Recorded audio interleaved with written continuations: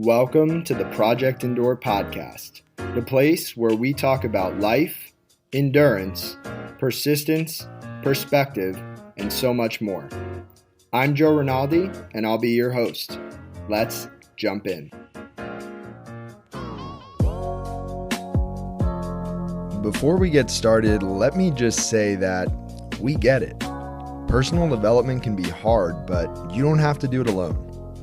Project Endure has been on a mission to create a supportive and inspiring community of people, all striving to be better together. Head down to the link in the show notes and join the Hard Things Club so that we can do hard things together. And if you're already a member, invite a friend and spread the love. Now, let's get to the episode. Welcome back to the Project Endure podcast. Episode 32, we have myself, Joe Rinaldi, and we have a very, very special guest out in Minneapolis, Minnesota, Sean Scanlon. Sean, what's going on, man? Nothing much, man. Happy to be here. I am extremely happy to have you here. And before we hit record, I was complimenting you on the microphone setup you have there. It's very professional. Doing my best. I've had this literally in the basement for months at this point now, and this is the first time I've actually got to crank this thing out. So I thought I was going to use it for my job, but ended up never using it.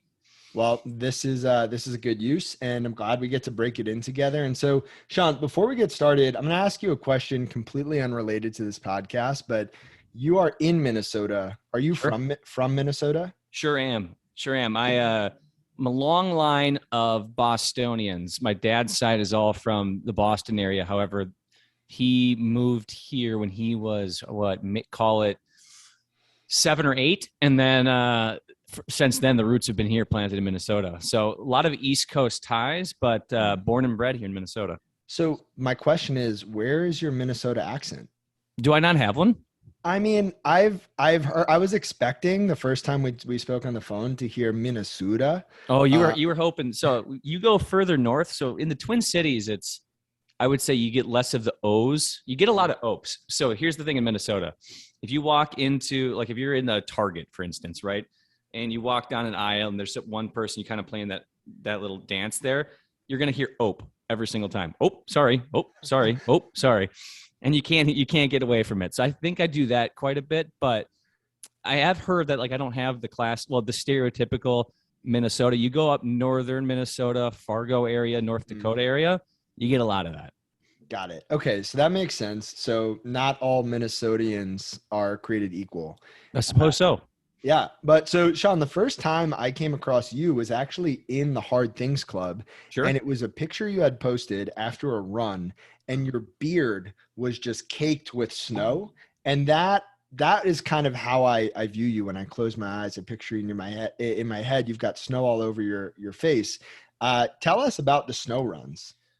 So I can't run on the treadmills effectively. Maybe it's the ADD. I don't know really what it is, but if I get on a treadmill longer than an hour, I just start to go insane. So the runs still have to get done. So I just layer up, and maybe it's just, again, being from Minnesota, you get a little bit used to it, but I figured it's easier for me to do that outside, just bundling up, than it is to try to endure like a 2.5 hour, treadmill hell, if you will.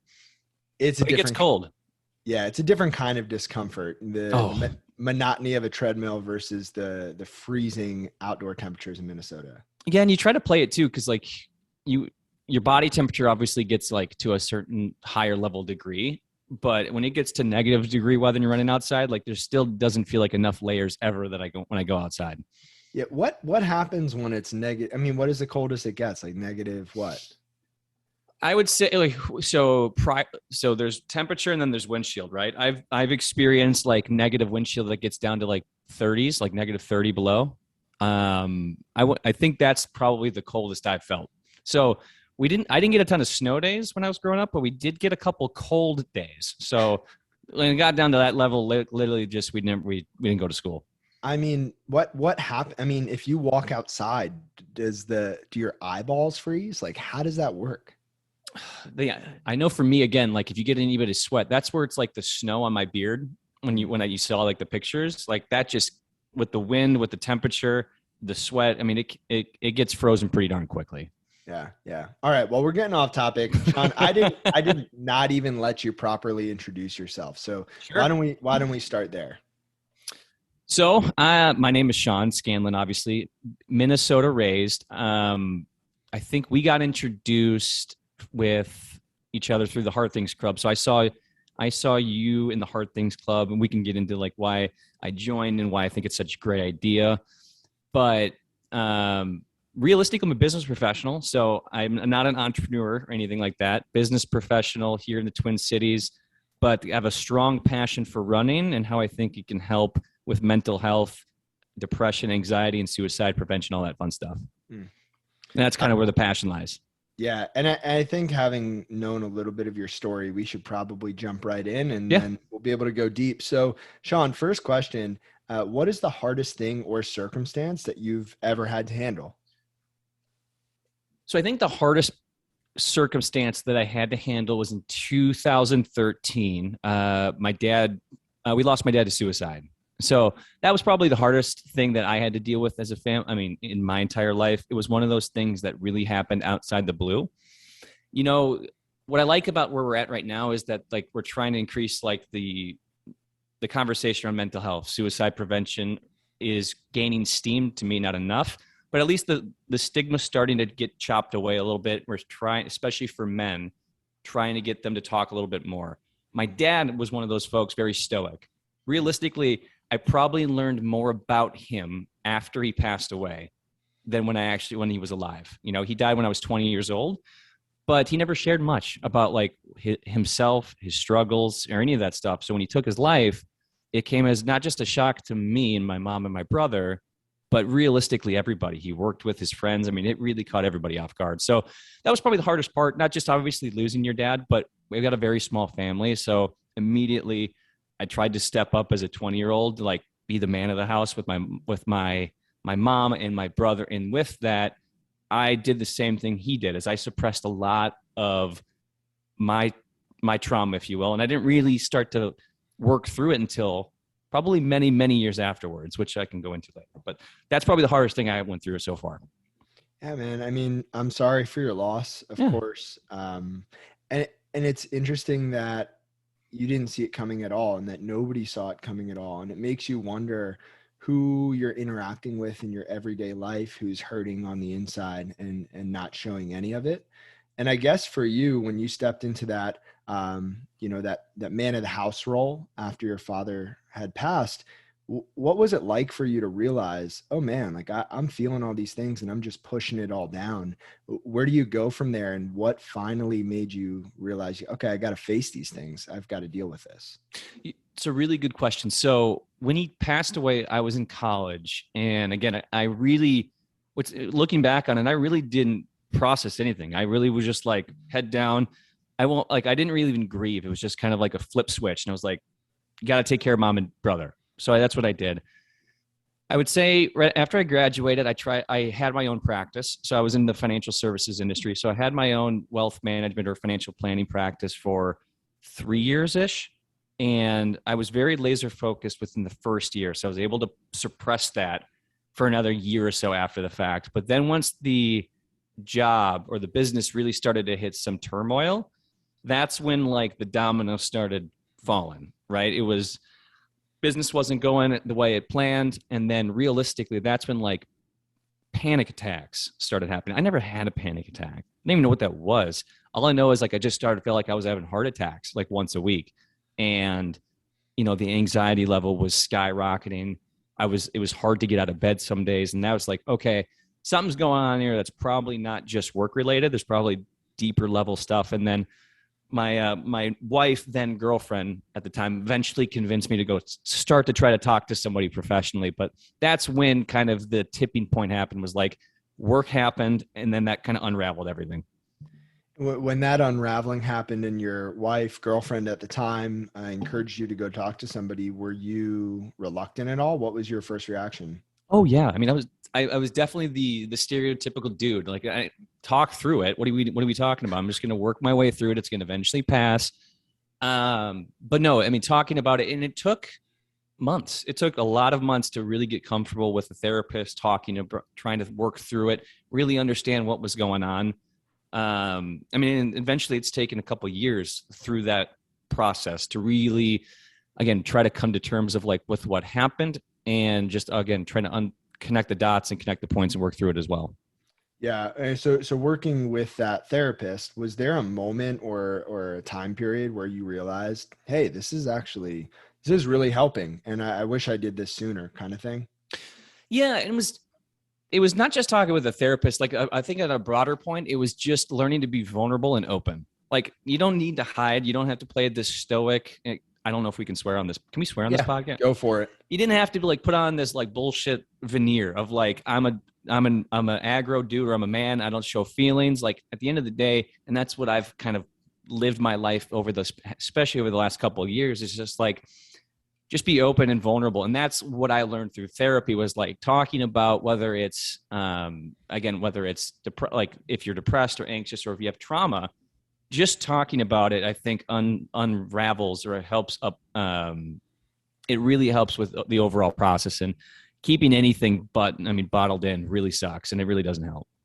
Yeah, I can't remember if I've told this story on the podcast before, because to be honest, I have two podcasts and I tell this story often. So if you're listening and you've heard this, just excuse me. But when I was in college, I played football my first year of college, and there was this guy, Danny Gevirtz, and we were friendly. He was on the football team. I thought he was a really cool guy. You know, we got along. And when we parted ways after football practice, I'd go back to my room.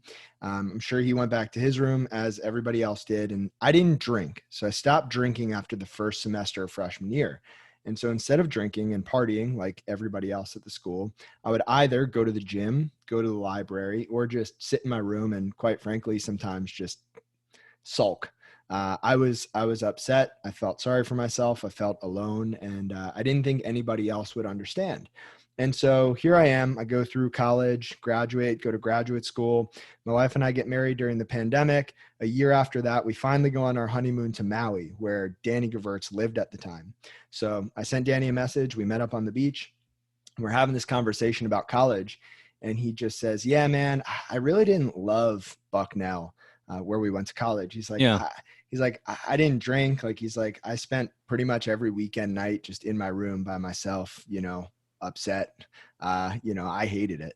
And at that moment, I realized here I was, keeping it inside, keeping a cool facade, being stoic, and here is this other guy doing the same thing. Meanwhile, every Friday and Saturday night, we're sitting in our rooms by ourselves thinking Mm-hmm. that everybody else is out partying, when really, if one of us had just opened up and been vulnerable, we probably would have had a great friendship, and college would have been a lot different.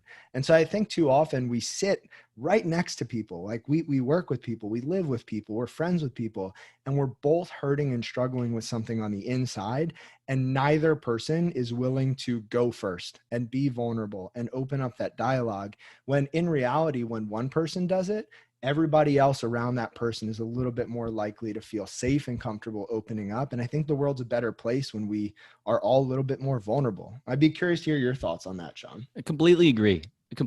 And it's hard. I mean, it's hard to be like the first person to make that initiation, but that's where things like, again, like the Hard Things Club, again, when you and I first originally talked, I was looking to try to do something similar, where it's just like, I find where it's like, that's why I liked CrossFit. I never really did CrossFit, but I went to a couple things. It's like when you're in an environment like that, where like there's like, you're forced to be around people, and then you do it consistently enough, naturally just conversations start to happen, right? But I think a lot of us right now, especially with, again, social media is fantastic. It allows you to get connected. That's how you and I got connected. Mm-hmm. But like, I think there's obviously, I think the pendulum has swung too far that way, where it's like we are more connected virtually than we've ever been before, but we're a lot more lonely because we stick to just more of that. I mean, I read a stat recently that, I don't know, you'd have to fact check me here, but I read that like 60% of Americans say they feel lonely. Like 60% of all Americans say they feel lonely or hopeless, I think rather. That's to me outstanding. I mean, an outrageous number. And realistically, with where we're at, like, I mean, again, it goes back to like we have a continued rise of like people who are feeling lonely, feeling depressed, feeling anxious, but no one's really talking. And I think it helps to have places like Hard Things Club or just other groups where you don't, it helps foster that kind of communication as well. Absolutely. I'm glad you see it that way. I did a quick Google search, by the way. It looks like a 2020 study found that more than 60% of Americans report feeling lonely, left out, poorly understood, or lacking relationship. And I think it's so interesting. Like you said, we are more connected than ever before. But I think for whatever reason, it's a lot more surface level than ever before. Um, 100%. right? And there's this great quote by Brene Brown. She said, vulnerability sounds like truth and feels like courage. Truth and courage aren't always comfortable, but they're never weakness. And I think when a lot of people hear the word vulnerable, they think maybe exposed or weak. And I think that Yes. couldn't be further from the truth, right? 100%. 100%. So Sean, if we were to kind of follow along with this story a little bit further and bridge the gap between when you were 20 and where you are right now. So you go and talk to a therapist, you're feeling better about things. That business that you had originally started no longer exists. Oh yeah. What happens? Torpedoed, man.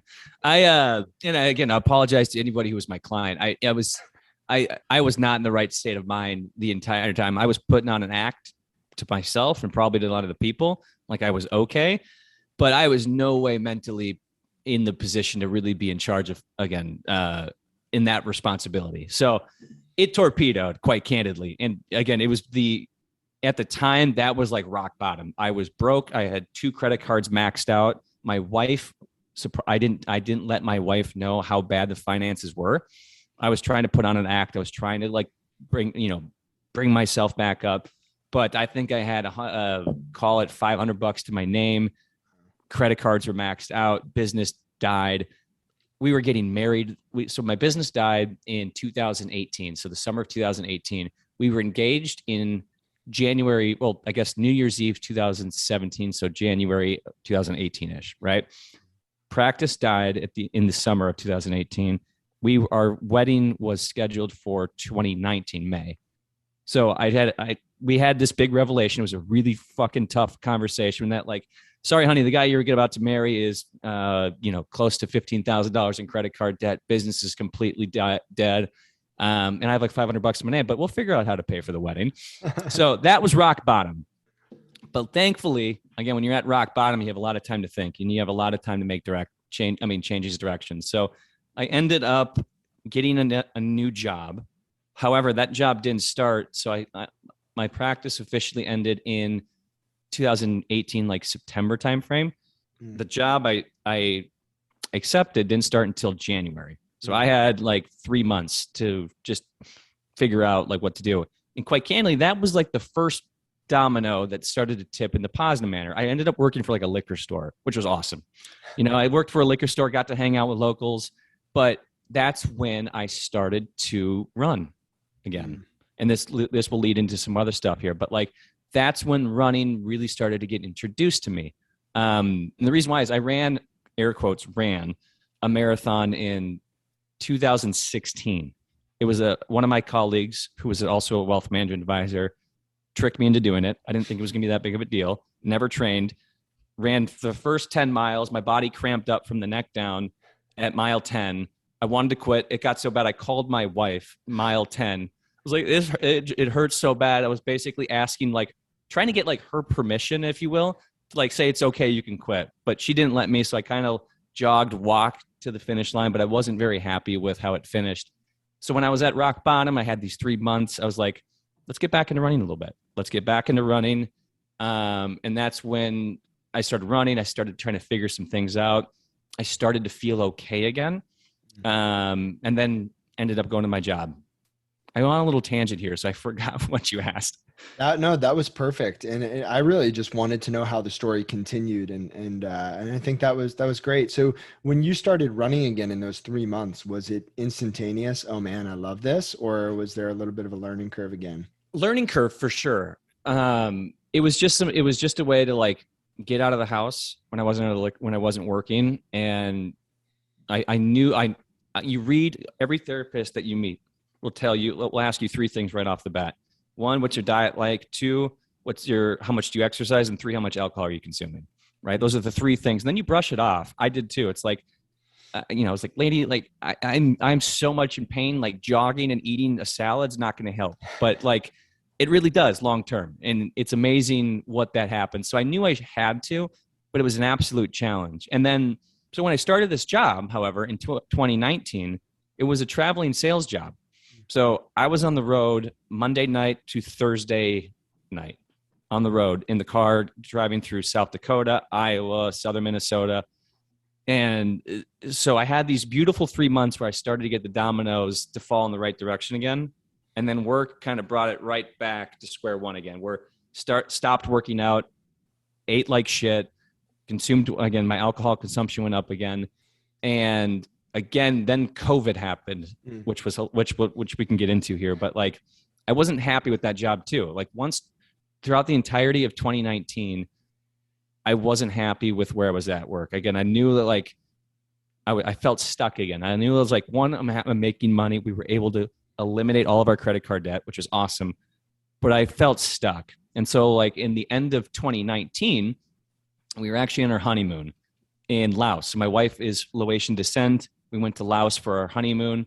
And I'm sitting across the world looking up at the stars on New Year's Eve and saying like, it's either now or never. Like we're either going to do something now or it's never going to change. And so 2019 New Year's Eve, I decided in 2020, I was going to run a marathon this time, trained for it, complete it.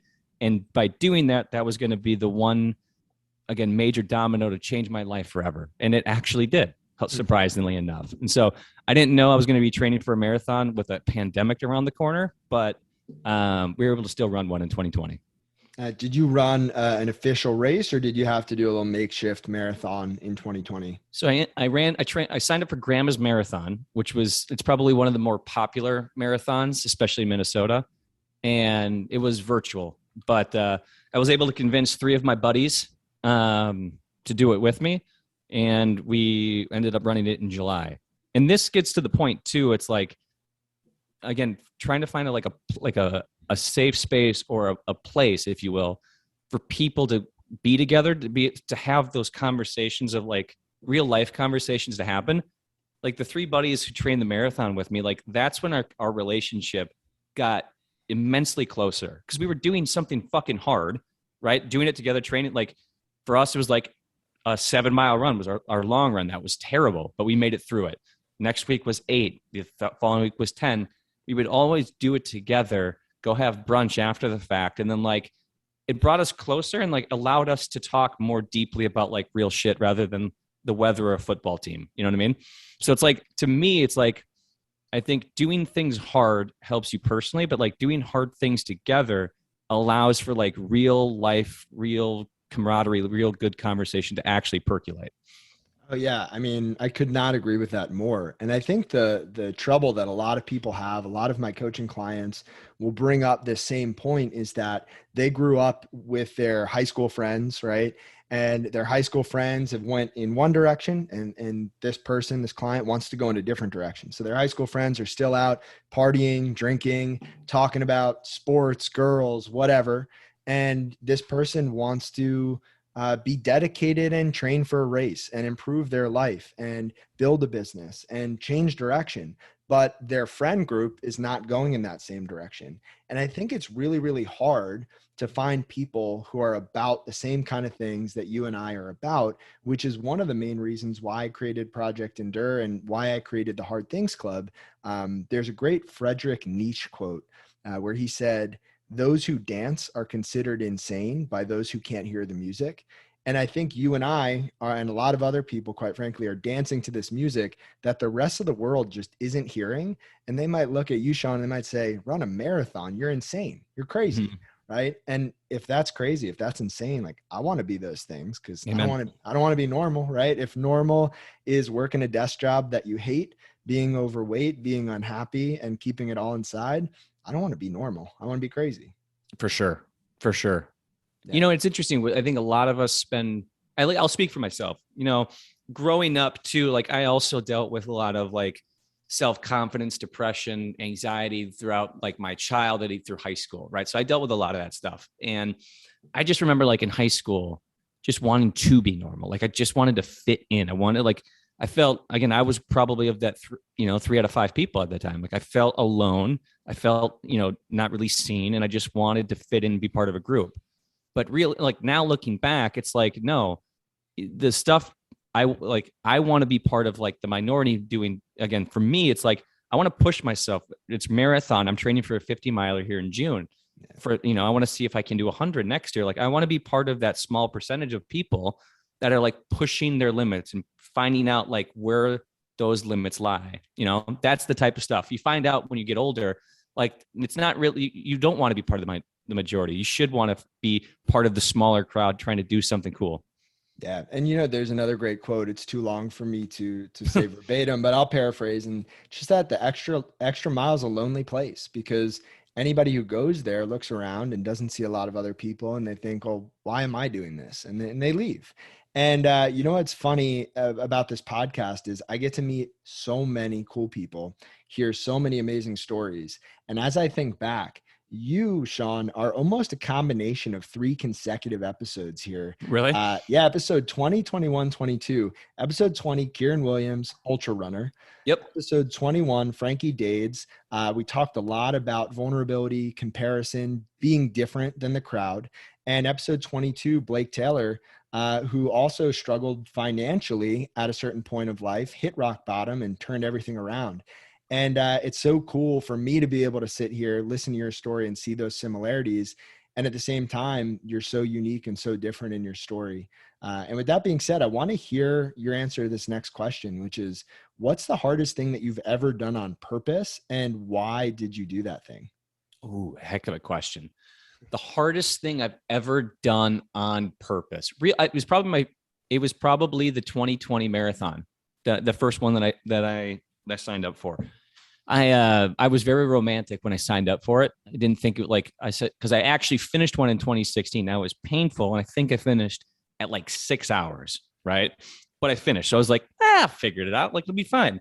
And again, throw in 2020's COVID epidemic that happened during the middle of that training block. My wife and I were living in a 1-bedroom apartment at the time too. So that also threw in its complexities. And then my job too. Like I at the time I was just absolutely miserable with where I was at work. I knew it wasn't what I wanted to do. And so the other part about that training block is I was interviewing for so many different jobs. And I think I interviewed and got to the final round of an interview. I think 8 interviews for 8 different companies, and missed them all. So throw in like rejection at work, COVID epidemic, being cramped in a 1-bedroom apartment, and then also training for this entire marathon. Like all of that wrapped in one was definitely something, probably the hardest thing I did on purpose. Well, let me ask you this. So I'm sure during that period, during that marathon prep, there were many moments where you asked yourself, why would I get up and do this run? Why am I doing this? And what was the answer to that question? For me, I realized that, again, so many times in my life, I started something and just quit. And I knew that if I did this again, I was never going to change. Right.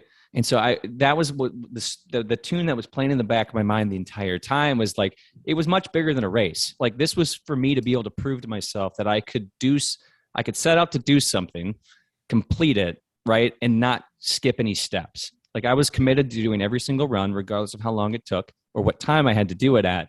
I was committed to finishing the race, regardless of what hoops I had to jump through.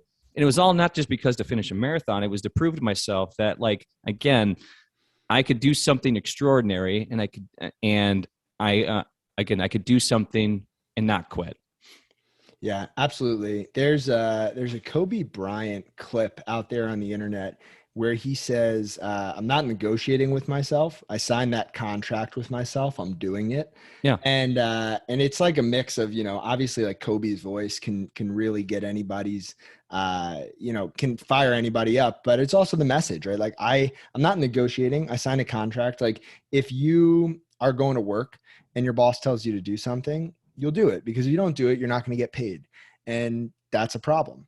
But somehow, and for some reason, I think too often we let ourselves off the hook and we don't Mhm. keep those promises that we make to ourselves, whether that's hitting the snooze button in the morning, whether it's eating the way we said we were going to eat, whether it's getting the runs in like we said we were going to get the runs in, or just showing up for ourselves and being kind. Because I think that's something that a lot of people struggle with is self-talk.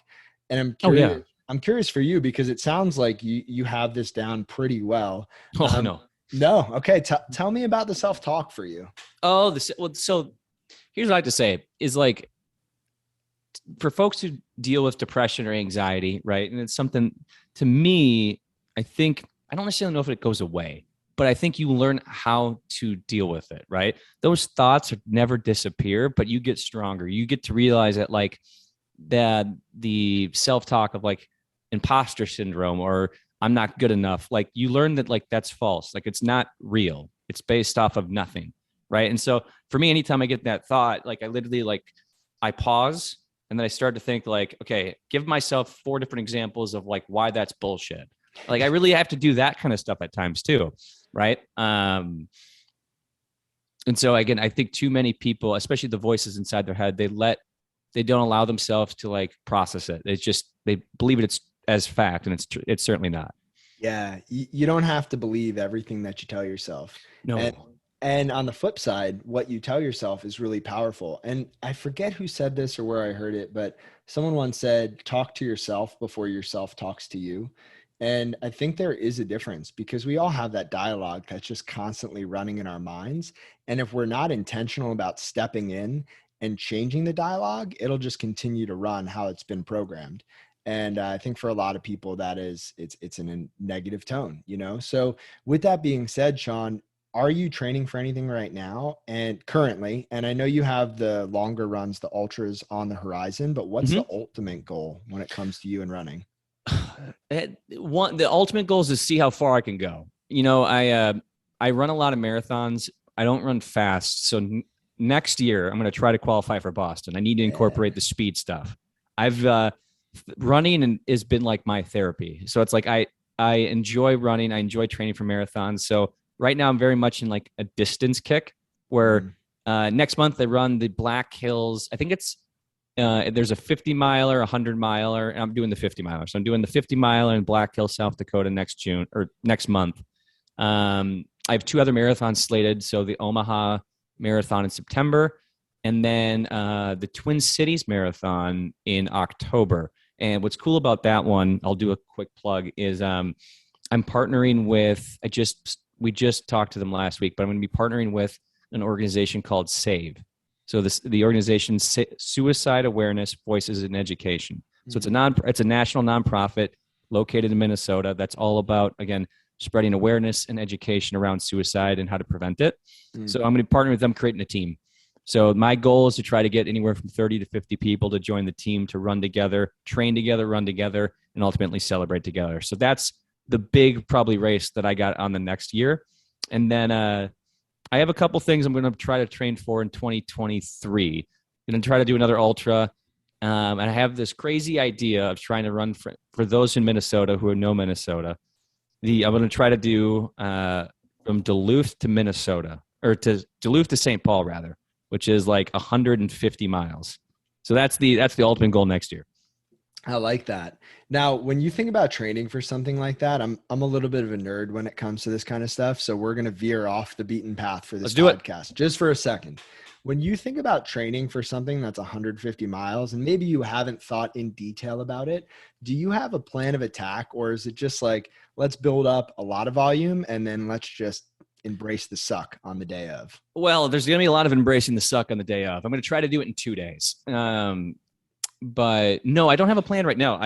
This was some crazy idea that I thought of like a month ago. I was like, I'm going to try to use that as another way to, again, raise money for suicide awareness. But I know of a handful of people who can help. So the idea here is to enlist a whole lot of help to kind of curtail a plan. Because I know that going from 50 miles to 150 miles is definitely not something you do on the whim. Yeah, absolutely. And when things get hard for you in races or even in training, do you have any practical tips and strategies? Because a lot of people listening to this podcast are either runners themselves or are getting into the world of endurance sport. Like, I know everybody has different techniques. Our last podcast guest talked about counting light posts as a way to, right? Yeah, Yeah. whatever works. So what do you do? You know what I do for me, and this is again, I love the idea of, I used to do this, is like I would count like the next line of the sidewalk. Like I would literally just go, make it to the next line, make it to the next line. I read that from folks who go through like SEAL training or like military training. It's like you have to shorten your goalposts or else you go crazy, right? You have to shorten like the steps. So I used to do that. Now it's funny enough, like when I'm on a long race, there's something that will typically come to my mind. So my last marathon, I kept like by mile 14 when I was pushing it, I kept thinking of a Gatorade for whatever reason, a blue Cool Raz Gatorade. And it was literally like, I couldn't get that out of my mind. So I was like, I said, you just got to make it to the end. Cause like, that's what's on the horizon. Right. So typically there's like either a certain food, maybe it's a cold beer, something that like I can't get out of my mind. And like, I just focus on that towards the end. Did you get the blue Raz Oh, Gatorade? not only did I get it, I scarfed it down inside of like 20 seconds. Was it as good as you thought it would be? Probably the best tasting thing I've ever had. To this day, the best tasting beer I've ever had was in 2016 when I crossed the finish line in my first marathon. I think it was some warm ass Bud Light, but it was the best beer I've ever had in my entire life. You know what's funny? What I'm about to say might not make sense at first, but I promise I'll do my best to tie it back in. At Bucknell, when I was a sophomore, I was taking an anthropology class, and we were talking about these tribes in Africa and how they measured time and distance. And we were talking about how this one specific tribe, I forget the name, would rather go, let's say, travel 100 miles with their cattle a roundabout way to get to the next village if they could avoid the river rather than cross the river and just go 15 miles. And the reason was because crossing the river with cattle is really, really challenging and has a lot of potential risks, losing cattle, losing supplies, etc. And so they would rather 10x their trip than just try and cross the river. And to them, their perception of time and risk was affected by the potential pain, discomfort, struggle, loss in the middle. And I think it's so interesting because oftentimes when we're running a race, when we're pursuing a goal, when we're doing anything in life, what's on the other end of that is really important for how we perform and how we embrace the process through it. If you were running that marathon and you thought at the end you were going to have to get a tooth pulled, you probably wouldn't run as fast toward the end of that race. But the blue raspberry Gatorade was really appealing, and you were like, all right, it's not that far, I can make it. Mm-hmm. And so I think it's interesting just in life in general, when, people set goals, people set their sights on things, what we're working toward really does matter, but it can't be everything. We can't put all of the weight in the outcome, because when you're training for that marathon, when you were running that marathon, all those hundreds of thousands of steps led up to that moment where you crossed the finish line, but crossing the finish line wasn't everything. That was just the last part of it. Mm-hmm. I agree. Completely agree. So in life for you, Sean, I mean, when you're running toward things, proverbially, when you're running toward your pursuits, when you're like, whether it's work, relationship, whatever, is there a driving force there that's bigger than you that keeps you going? Oh yeah. And the light bulb finally clicked, I think probably last year. It was like, from my entire adult life, I attached all my identity to the job title that I had. That's why when my practice failed, it hurt so bad, right? It was like, when my practice was fluctuating, so was my self-worth, right? And same thing in the job I had prior to where I'm at now. But it's like, until last year, I finally was able to like separate it and realize like my mission in life, and this is what I'll be working towards probably to the day I die, and I think everything happens for a reason, right? And so like my mission in life now is to promote, again, mental health awareness, right? And not just that, though. I mean, I'm encouraged by the growing conversations around acceptance, around reducing the stigma around suicide prevention talks, mental health, depression, anxiety. However, I do have one thing that I've been thinking about lately that I don't think gets talked about enough, where it's I don't think it's a life sentence. I don't think it's like, to me, when I hear about depression and anxiety, it's like this thing that happens to you that you can never escape. And to me, I think there's a way out. Like, I think there's an absolute way to not let it control you. Because how I look at it is like the depression and anxiety that I've faced, right? And continue to face, I guess, rather, is it's happening between my two ears. It's happening within me, right? So if it's something that's happening within me, that means I own it. Like I can, and if I own it, I can control it, right? And if I can control it, I can ultimately escape it. So that's how I looked at it. And then, so the big thing that I'm working on is like, and for me, that's where physical fitness, running, community came into play. Like those were my avenues that really helped me escape a lot of my trauma and a lot of the ways my past thinking, how I let depression, anxiety hold me back. And so my life mission right now is to, again, promote mental health awareness, continue to promote the conversation, but ultimately try to get people to actively find ways to, again, maybe escape, find ways to control, whether it's their depression or anxiety, help them find ways. And for me, the best way I've found is through like running or physical fitness, because it's something that you can attach a goal to it. There's obviously like the physical benefits that come from running or exercise, but there's so many other disciplines that come from training for a marathon, say, right? Consistency, discipline, work ethic, where once you get those things down, it broadens your perspective and it can bleed into every aspect of your life. Yeah, I couldn't agree more with that. And, you know, one of the words that popped into my head, probably because it's my next question, but one of the words that popped into my head was enduring. And so, Yeah. you know, right, when you're thinking of depression, anxiety, anything in that realm, I think the word endure can apply. But I think too often people think of endurance as something that's passive, right? Something's happening to you and you just cover your head and you protect yourself and you endure it. You endure the storm. But I think it's actually more active. And before I go on and taint your definition of endurance, let me just ask you the question. To you, what does the word endurance mean? It's a great question. I know that you asked this a lot. With endurance, I was going to say this to exactly your point. What it means to me, I would have told you what it used to mean to me, which is, again, just cover fire, like basically just holding on to as long as you can, right? But endurance now is, to me, is it's proactive. Like I found that with running, I can proactively increase my endurance in running, as to use a practical example, right? But it takes proactive work. And I think you can do the same thing, especially for like depression and anxieties. You can, for me, what endurance means is like practical, proactive steps to improve and get better, right? Through a long period of time, knowing that like you're like, again, I'll just use depression, anxiety as an example, right? It's a long battle. It's probably a lifelong battle, right? So you have some distance there, but it's not just hold still and try to like manage the blows, if you will. You can proactively take steps to get better, where the depression, anxiety isn't as big of a weight as it used to be. And that, to me, that's kind of what endurance means. I love that. Nobody has given a definition quite like that. Well, can you repeat that? It was the words that were alliteration, right? It was proactively. I missed the Proactively persistent. I can't remember what I said. We'll have to look back at the tape. We'll have to rewind the tape. We'll have to Sorry. rewind. No, it was beautiful. I was so lost in your definition because it was so different than many of the others that I've heard. But I love the idea of being proactive. Yes. And I don't think endurance, to your point, has to happen in the moment. Yes, it does happen in the moment, but we can prepare for that. And that's a really important part of it. Yeah, and you can strengthen it. Like you can, again, the fact I used to be able to, my first run ever was 2 miles, or when I first started training for my marathon in 2020, it was a 3 mile run and it took me 34 minutes and I had to stop 3 times. Right. But now I can run much longer. So again, endurance like that, you can grow that through proactive work. And I think the same thing applies in every aspect of life.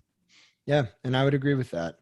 Now, Sean, you clearly have touched on this next question already multiple times in the conversation, but just to bring it all together in one place, for somebody listening to this podcast right now on the other end of the microphone, who's going through a hard time, a dark season, they're struggling with things and they don't know where to go or what to do, you get a chance right now to talk directly to that person.